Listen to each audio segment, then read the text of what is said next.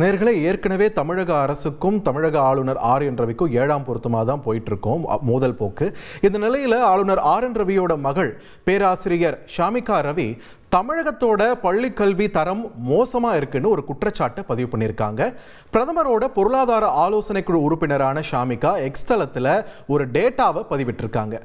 Second standard புத்தகத்தை படிக்கவில்ல, third standard அரசு பள்ளி மாணவர்கள் பற்றிய அந்த டேட்டாவில் என்ன சொல்லியிருக்காங்கன்னு பார்த்தீங்கன்னா, சிறந்த மாநிலமாக கேரளா 38.8% இருக்க, இந்தியாவிலேயே இந்த மாநிலங்கள் பட்டியலில் பார்த்தீங்கன்னா மோசமான நிலையில் தமிழக மாணவர்கள் இருக்காங்க.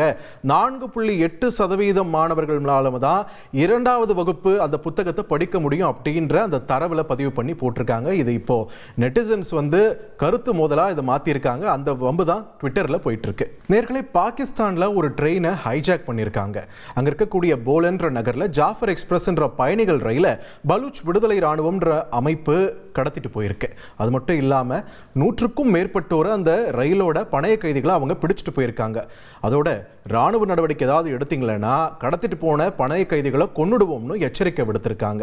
இந்த தாக்குதலில் ட்ரெயினோட லோகோ பைலட் பயணிகள் சிலரும் காயமடைஞ்சிருக்கிறதா தகவல் வெளியாகி இருக்கு. ரயிலை மீட்க ராணுவம் விரைந்திருப்பதா பாகிஸ்தான் ரயில்வே அதிகாரிகளும் தகவல் வெளியிட்டிருக்காங்க. செய்திகளை உடனுக்குடன் தெரிந்து கொள்ள உடனே சப்ஸ்கிரைப் பண்ணுங்க.